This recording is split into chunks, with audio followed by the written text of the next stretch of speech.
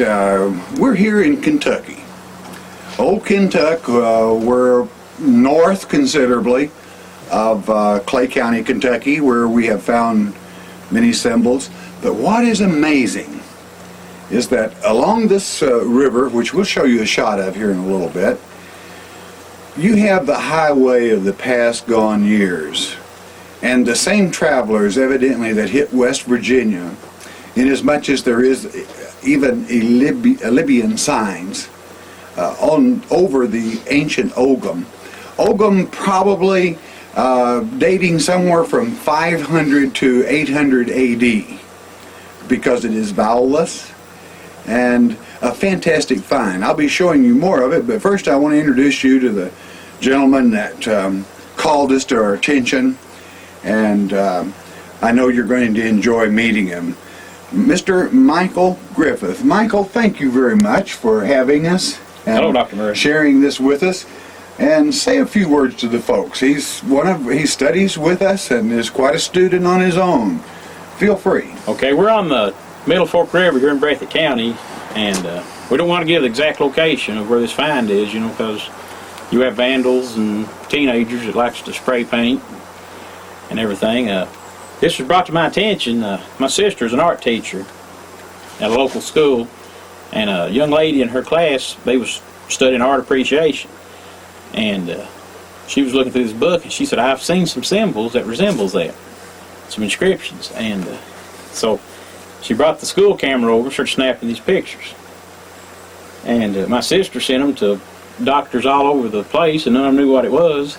And I was accidentally talking to my mother on the phone, and she told me about the pictures. And I said, what do they look like? And she told me. I said, well, it's Ogham. I mean, I knew immediately what it was. And then after I got, you know, just 3 or 4 pictures of it, I know I better come on over and look at it before something happened.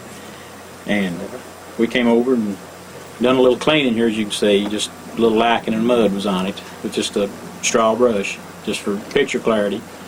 And this is what we come up with. Well, that's great. We're sure glad you did, Michael, because you were absolutely correct. It is Ogham. Now, I want to show you, and then we're going to etch, whereby it shows up better on camera, and it must be the right hand. You'll remember the symbol in, where was it? Horse Creek. And we'll show you a little cut of Horse Creek here, the rebus. And here is a beautiful rebus, the right hand of God.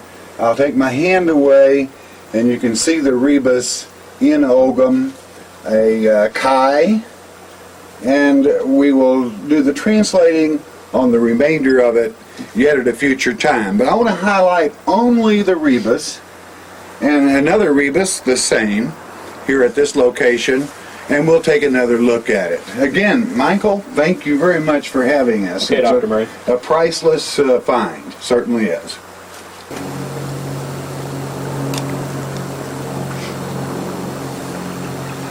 I thought this was a cloth when I first seen it right here.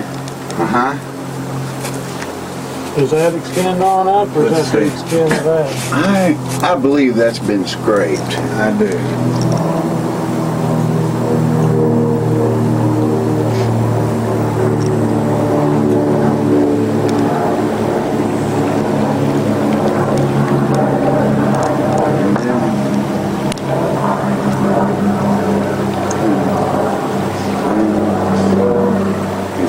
Here's really the base of the wrist right here, and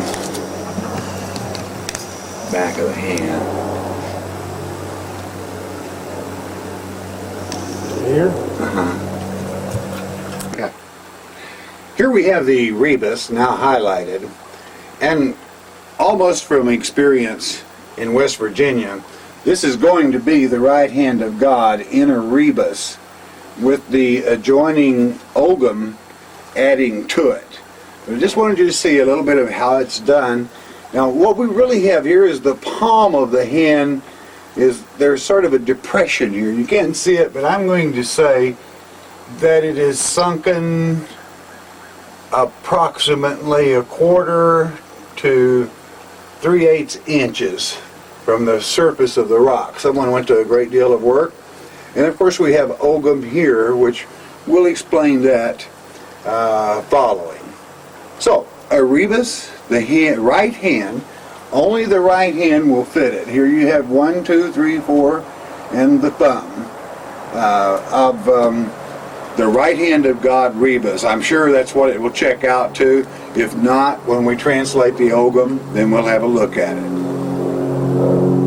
We will now etch in the ogum surrounding it and take a shot of that, and then hopefully find the translation. Okay, here we have now the rebus, the right hand of God, and let's take each of these sections and we'll go from there. Again, I would remind you that the material that we have highlighted this with does not stain, has no chemical reaction to anything in the area, and simply washes away when we're through with it with water direct from the river, and leaves no after effects whatsoever. Always be very careful. If we set an example that you would want to follow, know first what you're doing and then do it, but don't use paint. Best not to use chalk in the very lines themselves, but this solution works very well. Here we have another, let's make this the wrist, and you see another right hand of God here. We'll be filling this in. However, this is a little different than the other, because notice the cross, and then at the same time notice the row, meaning Christ, Christos, inside the palm of the hand of God. Now we'll paint this and let you have another look at it.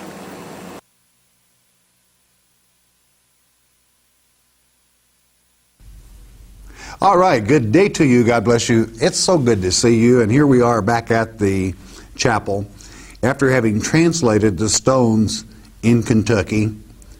And I would like to say that never before would I miss Dr. Barry Fell the way we miss him now after his passing to the Lord, because he teaches well. And after having translated it this time by yours truly, but I still must give credit to Dr. Barry Fell for the knowledge that he has passed on to his students and to those people that he has worked with, and myself being one that is so very proud to have been a student of all his works.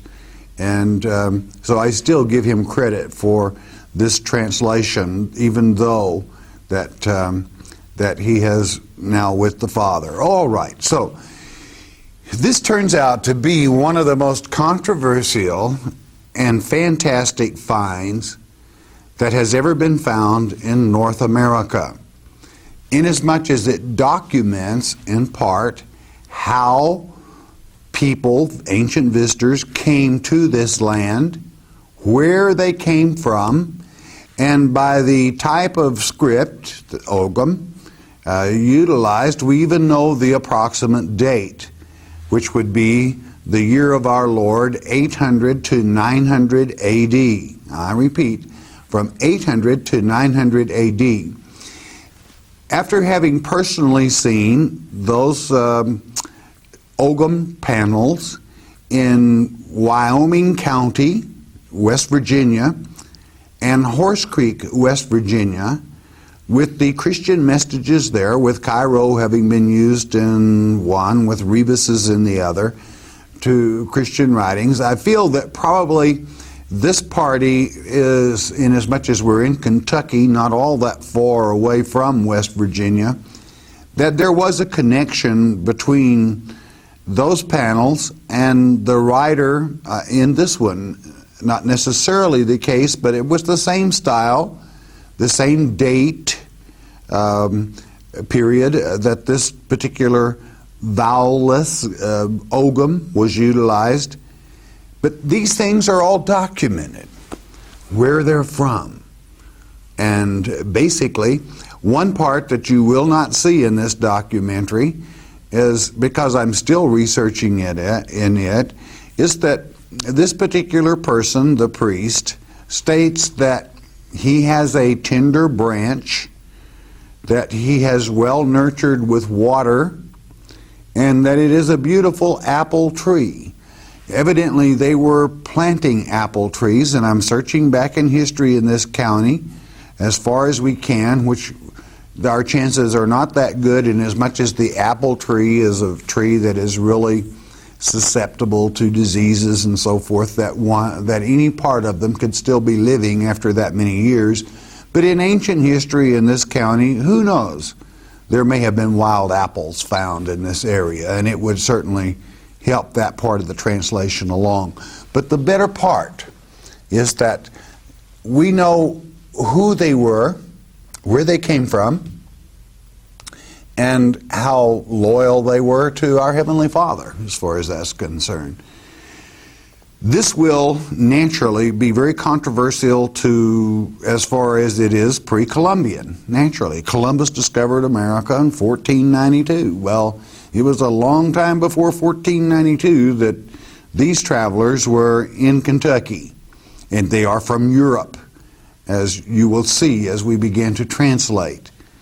I certainly want to thank the gentleman that you've been introduced to for having taken us to this location, and certainly if there should be a problem with the dating of this, there is still enough, I'll call it moss, that can be carbon tested in these various places that will document the actual or approximate age. But to a student of Oldham, it isn't necessary, I don't feel, that especially with 3 panels, as forementioned, Wyoming County, West Virginia, Horse Creek, West Virginia, and they 3 simply witness to each other. Fascinating.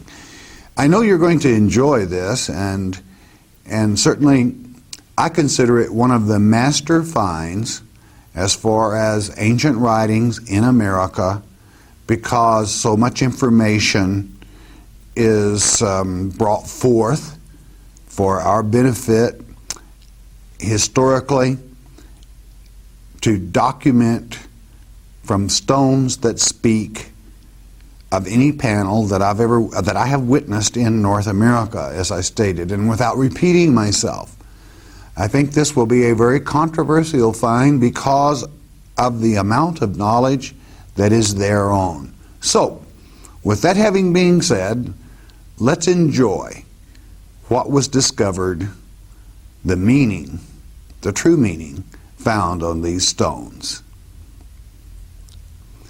Here we have the stone itself that has fallen from the roof that was used for a panel. Now, concerning the apple tree, which I will not translate for you at this time, it would be as you look at the picture, it would be the writing with, how can I identify it? It looks like an upside down A to U, okay? That particular panel states that they had well watered this branch of the apple tree. And then we go on down. You will notice one particular part on that particular scope as looking like a sword, but we will talk about it and discuss it as we get to our various panels. All right, let's move to the first line, if we may, of the interpretation. And here we have it. You see within this you're going to see Ogham 2, you're going to see Ogham 1, you're going to see Greek, and you're going to see Latin. And if we can, we'll move on. The first letter you see, perhaps I should explain the first letter being Ogham 2, that looks like a star, or it looks like 2 X's crossing each other. That is Ogham 2, and its value is the letter T. Now the translation. And in ancient Irish, it states, Atamaya, ad, di, lam, which is hand, kai, ro, which is Christ Jesus, and then alpha and rex. The alpha is in Greek and rex is in Latin. Translated to modern day English, First, the words as they are: I acknowledge thee, the hand, Jesus Christ, body, first King. Now, to Englishize it, it says, and abbreviated, I acknowledge thee, Jesus Christ, the right hand of God, of course. First, I take the liberty to translate as Alpha, first or the beginning. First of our body and King. Naturally, He is our King. He will always be our King. It is very interesting that you should note the chi rho, for it is the rebus that is the hand in the very center. By that I mean the chi is an X right in the very center of the hand, which you now have the translation over it. And then rho would be much like the English P. In other words, the stem that comes up through the X in that hand, right where it says chi there on your screen. You're basically in the center of the hand there, and now you can see it. You see a P that comes up through, and that is chi rho, which is Christ Jesus. How do you translate this then? Well, how about hand? Hand in ancient Irish is lamb, L-A-M. So you always look for an L and you always look for an M. L is 2 strokes below the stem line, and M is 1 stroke through, totally above and below the stem line. And of course the valve A inserted by myself is so indicated. Isn't that beautiful? On a stone that had fallen away from a wall by a beautiful river, and that message of acknowledgement to Christ. Now, if we can, let's move on to the next panel, and we'll see what we can do with it. And here we're going to have the continuation on that just past the hand, okay?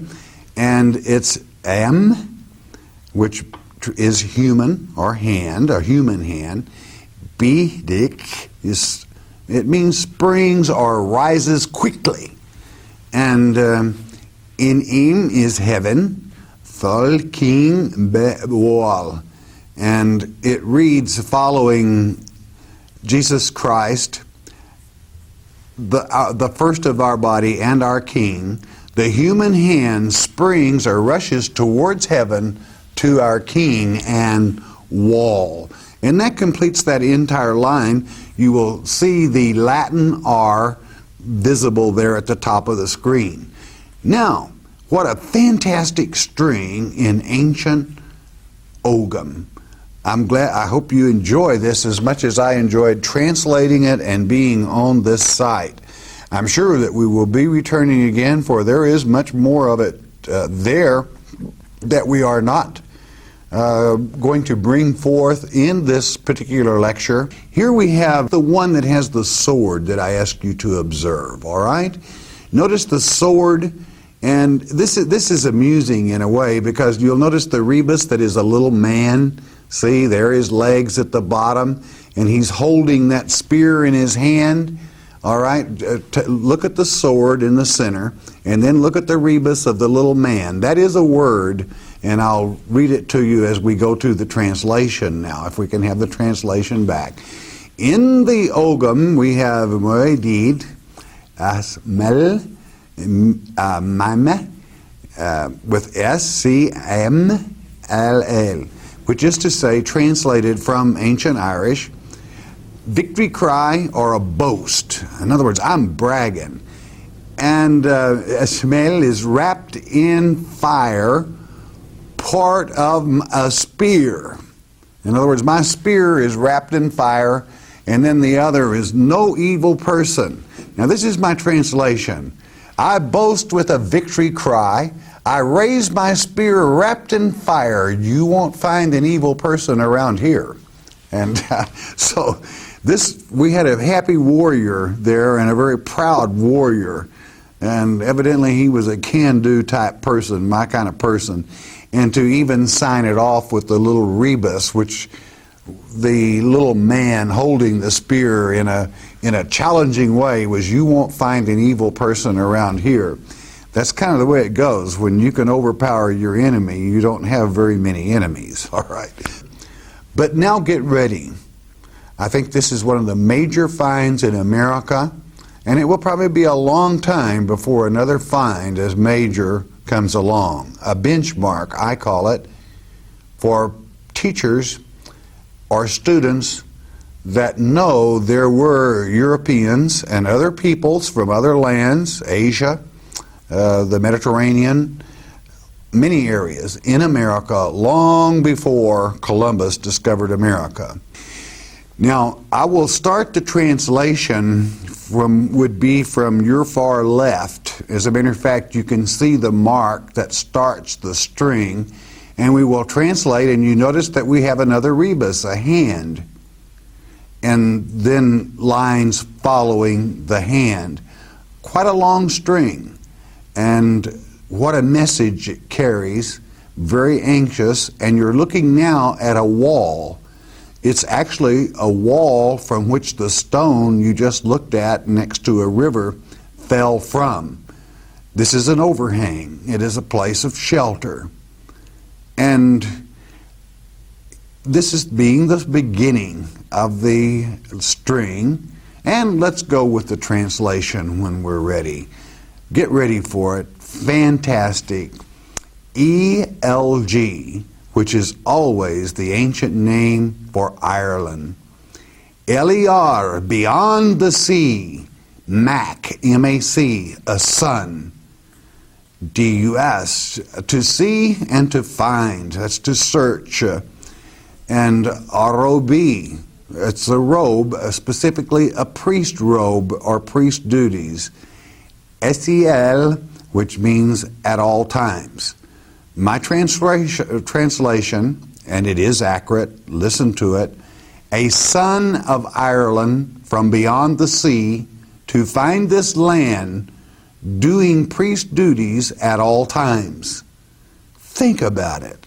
Here we have, in ancient Irish, the actual location from which he came, his method of travel, the fact that he was a native, being a son, Mac, is always, many of you in modern day Irish, you hear MacDonald, son of Donald, okay? It's very well used, but again, a son of Ireland. We know here where they came from, with ELG being the ancient name of Ireland. His method of travel, from beyond the sea. He crossed over the sea to do what? To find this land. And what was he? Doing priest duties at all times. In other words, he did not give up his duties as a priest at any time when he was fulfilling his services of the trip. To me, that is a major find.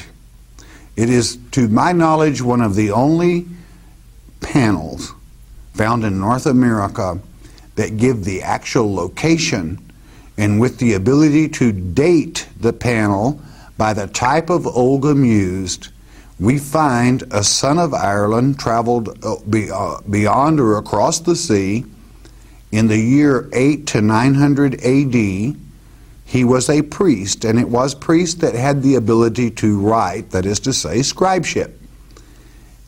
And to me, it is fascinating, and quite frankly, it means that with full documentation that all school books in America should be changed from the fact that Columbus discovered America. He did not. He came to America, but he did not discover it. And any geologist or archaeologist that allows common sense to prevail in finding and being able to date knows this for a fact. How many times must these beautiful finds be made before someone finally wakes up to the fact that there were many people in America before Columbus? He was a late comer. All right, let's go on with the rest of the translation. Here we have the rebus of the hand in that long string, and we translate it as such. DESLAM. You remember what lamb is? A hand, of course. G-N-A-E. The little circle in the middle of the hand is A-E with the G-N below. Dia is always God. And land, Araig, Foma, Hai, which is to say, how beautiful the arrangement of God's hand. It can be translated, how beautiful the right hand of God. His arm, full of love, is open to me and whomever, and naturally whomever will. We see that God was the protector. So the full string then being this son from Ireland had come across the sea to discover this land. That is, to find this land, not discover necessarily. And then how beautiful the hand of God, or the arrangement, or the word arrangement in ancient Irish can be the arrangement naturally. When you lay your hand on this particular point, then it takes a right hand to fit it. The rebus, the picture, the drawing of the hand. But how wonderful a string that this priest pours his heart out and mind, and even preaches while he's doing it that God's right arm is always outreached to encircle and protect all those that would enjoy the very fact that He loves us. I had such a joy. It was such a joy to do this translation, to find this Ogham, to have been taken there by such a fine gentleman. And if this county only knew, and I'm sure it will now, how beautiful the writings of God. The history, as you know, there was an very elderly gentleman that has fished this river for quite some time, and certainly he enjoyed it and has seen this drawing there for a long time. We even thank the Girl Scouts that noticed it and become inquisitive and would lead to our having been there. So, it's fantastic. Think we'll go back? You bet we'll go back. I want to see it again. I want to be there. I want to touch the stone, and I want to continue translating the rest that is there that we did not film. So, there you have it. A priest from Ireland in Kentucky, good old Kentucky, and documented for anyone to examine. However, that will not be possible, but I'm speaking of those with credentials that would wish. We must certainly protect this site. How very fortunate this county in Kentucky is to have such a find.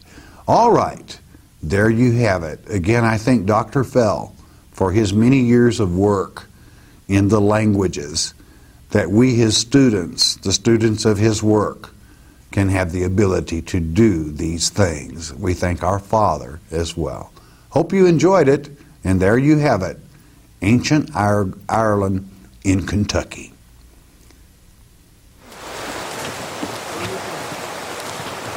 Go back in. Look at this big old rock.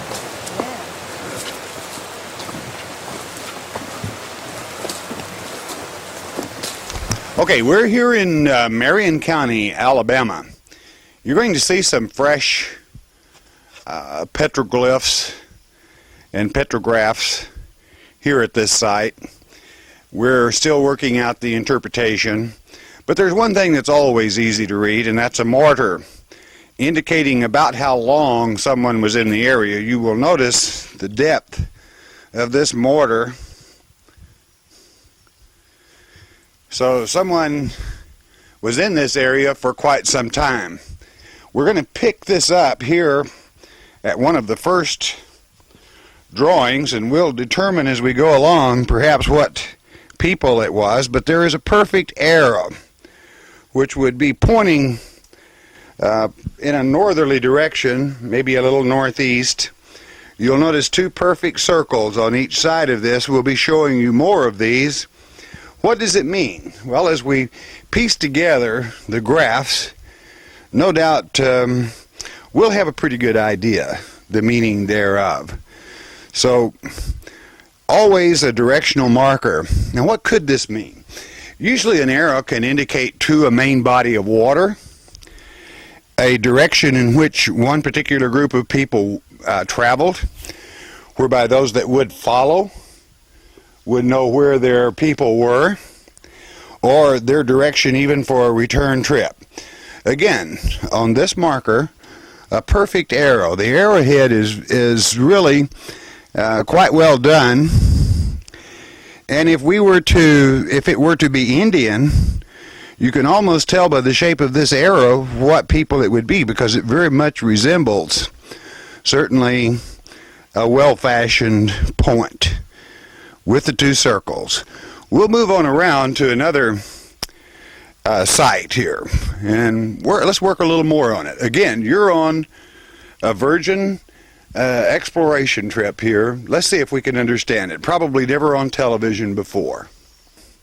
Okay, I want to draw strict attention to the spiral. A double spiral. And you know the meaning of this. It means water, or a religious symbol being that this is Mother Earth receiving Father Son and creating natural life on Earth. The last explanation being early American Indian. Also, a spiral can be used in the sense of a directional pointer for this part right here. But it always means that water is near. And when you have a proper device to check them out, you'll find that they're always correct. And I don't know if we're going to be able to get it on camera, but to show that they're indicating water, there's the most beautiful natural spring hidden way down below with the sun shining on it. And I'm sure that'll pick up on camera, because Glenda, if you'll step back one step, other way, dear. There, we have the water, the reflection from it, beautiful clear water, and of course the spiral indicating that. We have another symbol just past that could be a birth symbol. From what people, I'm not sure yet.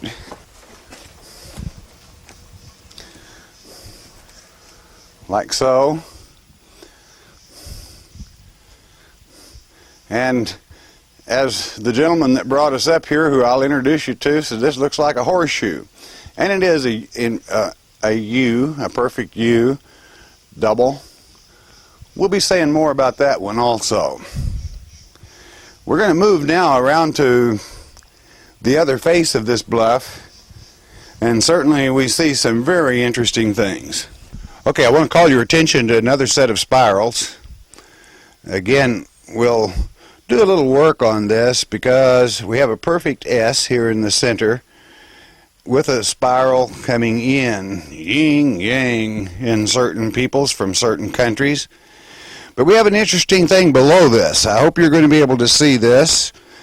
It has the prow of a ship, and evidently this is one reason why I think much of this is not American Indian, but were travelers. And then we have a horn-shaped direction here with another circle with an arrow pointing straight through it. Now, this resembles, in a sense, the early American Indian love flute.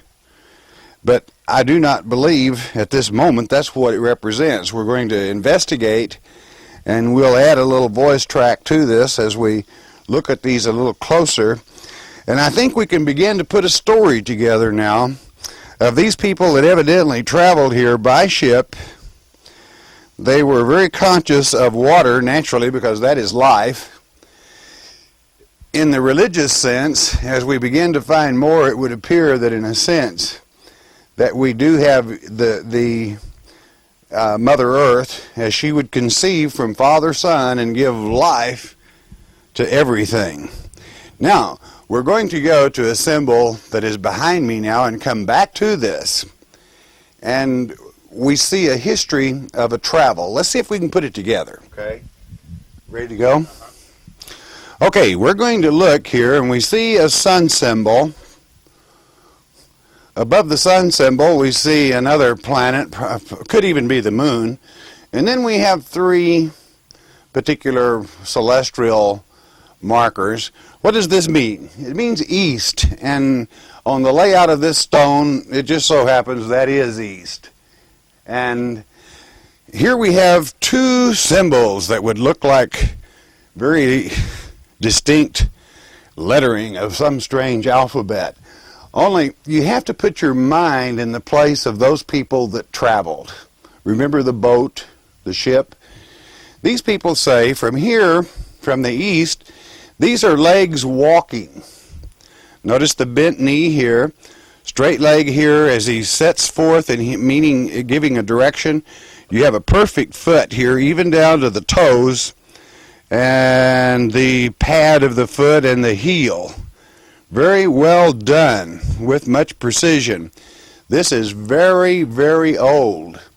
It would seem that there is a symbol above this man or people walking, and unfortunately the Fatima has covered it over, but I believe we could remove it to see, but I don't think that that's going to be possible because it is so ancient. But what was the message? We were walking. You know what their mode of transportation here was when they finally end up at the ship.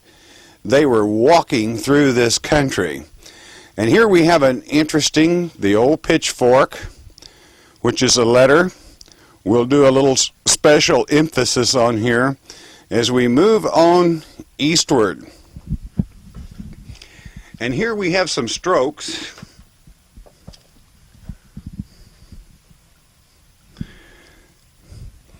We have this symbol with an override, and then we have something that could even possibly be triogam. We have one complete stroke, that would be an M. We have another complete stroke, which would be a double M. And it's possible there was a mine somewhere in the area, for that's what this would mean in ancient Ogham. And there seems to be much direction of pointing here.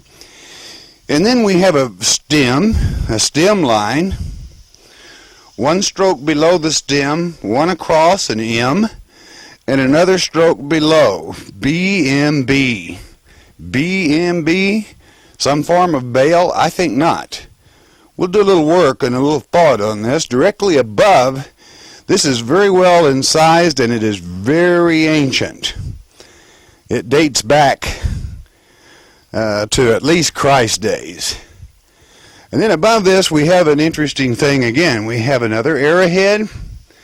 We have the two symbols here with a fork below pointing in a direction directly off the center of the B as we see it on this stem line. Now, we're walking from the east, which means what? We're going west. And again, the arrow with direction for emphasis. Another time, an arrow with direction. So then again, I've never noted so much emphasis on one symbol. You will remember at the last site, that's about 25, 30 to 40 feet from here was the lead into this. And then we come to the ship, which evidently this connects with a river that would be to the west of here. I can think of several rivers to the west of here. There would be, number one, the old Mississippi, which would be 200 miles to the Mississippi. And then the Tennessee runs not too awfully far from here, much closer. But much travel was allowed in here, and as you know, the rivers were the highways, the byways. Again, a spiral that's going to be very significant as we continue to research. The ship, the emptied out moon, which means empty, and what would appear to be, and no doubt put into the stone at the same time, this heavy stem line, and the BMB, were placed here. How fascinating.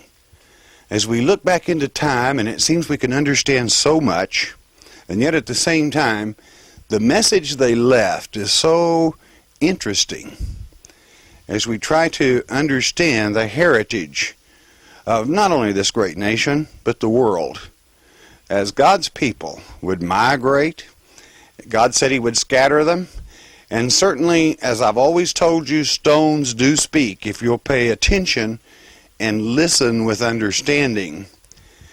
I feel it is absolutely necessary that first we identify the people, whereby we know how they thought, therefore we can put ourselves in their place and better understand the message that they have left in either worship, which it would indicate that certainly they did worship, and with the spirals, which spirals real heavy in Great Britain. The Celts used spirals. It's a strange thing, but spirals meaning water, as well as spirals can mean mining as well. 85% of the spirals found in Europe are in an area where the majority of the minerals are taken from the ground in one form or the other. I certainly am not indicating that this is a mineral strong area or anything. Again, why? There's one thing that's absolute that anyone could understand from this. These people were traveling. They give you their travels. It's obvious they spent a great deal of time in this area, and they produced some pretty good grain, nuts, corn, because of the mortar. And there are other mortars that are not too far from here, 3 in one particular place, on a stone. So there were a number of people. They were traveling. The precision of the artwork on the legs traveling, again, amazes me. And I want to call attention back to it again. Not only are they traveling away from the sun, which means west, but you actually have the toes, the big toe, the ball of the foot, again the heel, but you have the motion. So, as ancient as this is, the message is still delivered with motion actually in it, as we have moving pictures today. You have a moving picture here also. Again, I find it fascinating. I find it interesting. Many people might say, you mean you really enjoy those symbols that are on that rock? I certainly do, because they give us a wealth of information concerning the ancient travelers, where they came from, what they believed. You see, we have 2 or 3 symbols that are going to identify who these people are as we investigate the travelers of the world and who these symbols were left by. Okay, here we are again, way down in the state of Alabama. I want to introduce you to a gentleman that has taken us on a side expedition where I think we've found some real wonderful information. Old-time family here in Alabama. I want to introduce him to you. We're standing in front of the old home place. Always brings back a lot of memories, and it certainly brought back a lot of memories for me. Joel Palmer, Mr. Joel Palmer. Joel, thanks for having us. Good to have you today. here with us. Hey, I noticed you've got several things on the wall that seem very familiar to me. Here's an old crosscut saw. I wonder how many of you have ever used an old crosscut saw. Joel happens to have wore a little off of this handle himself, right, Joel? Termites too. And let's see what we have here. These are called hanes for you city folks that have, and I understand you've used this yourself. We have. Younger. This is a collar, and from the size of it, you can pretty well guess this would be for a mule. And this, off of this hane, which is made of wood, and this collar of leather and well padded, the traces, that's what hooked on back to the plow or whatever you happen to be pulling to a single tree. This is where the tug, the chain, or it could be leather. And this ring here was usually when you were pulling a wagon, there would be a snap ring that would come up and hook into this that would help support the tongue between the two animals.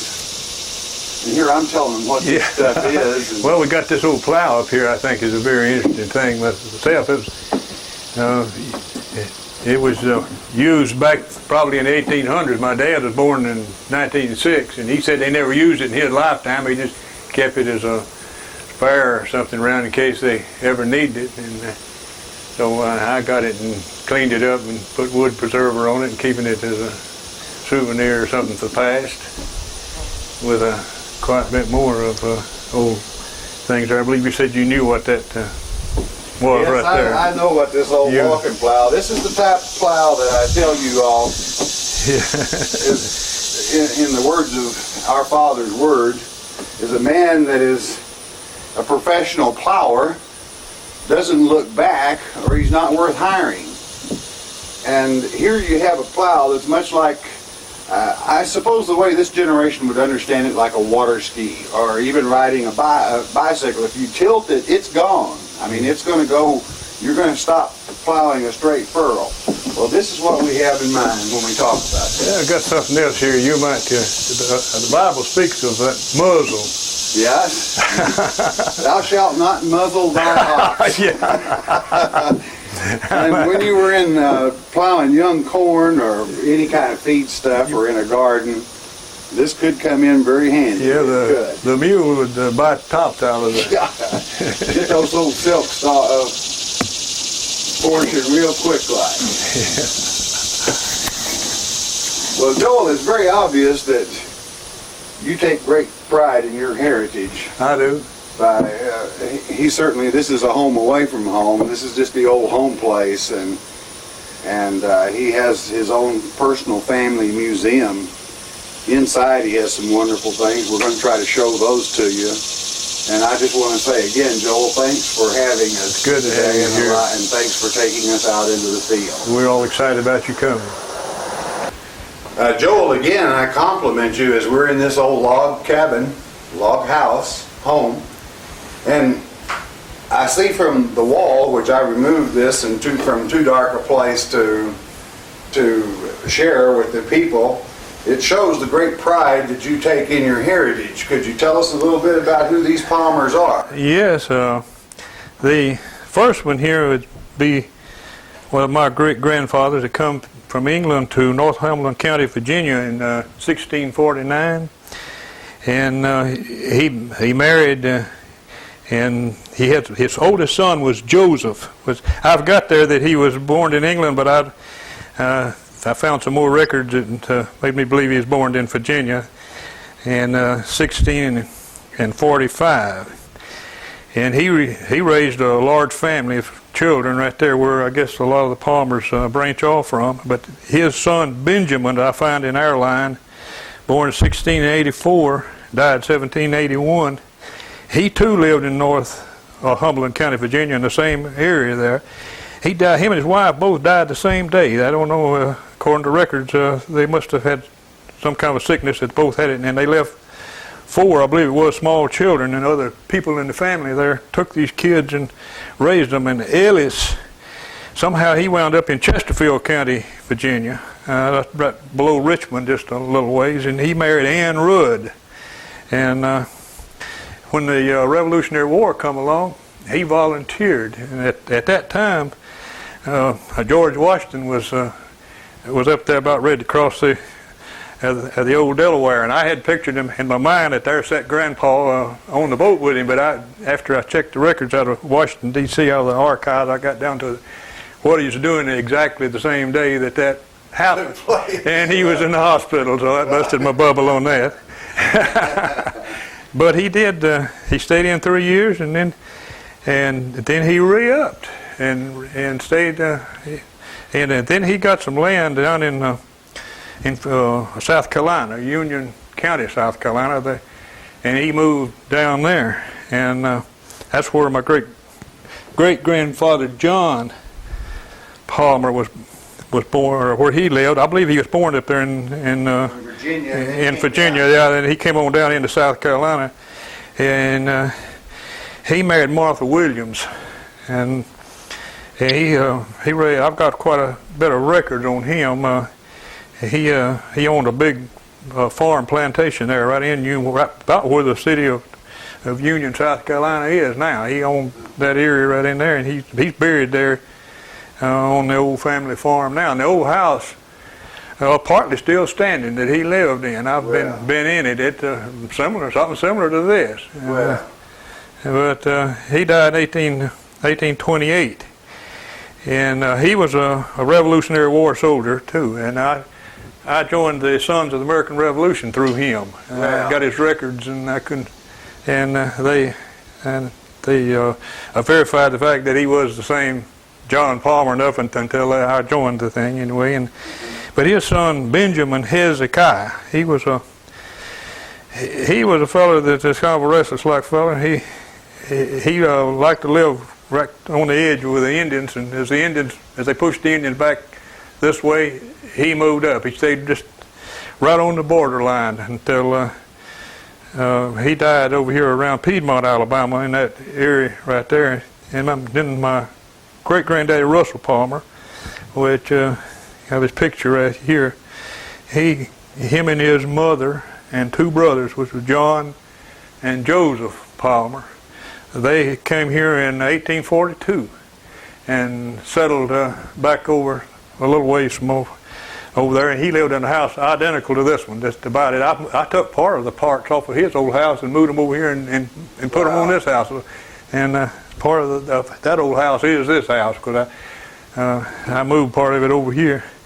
And he lived all of his life right there. He built that house, and I believe according to the family history, it was 1845 when he built the house. And they lived there all their lives. They had 11 boys, 1 girl.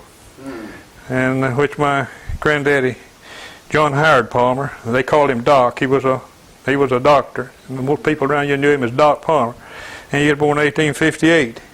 He was a kid during the Civil War, and he had a lot of stories to tell. He wasn't old enough to go, but he seen and heard a lot of things. He was quite a storyteller. And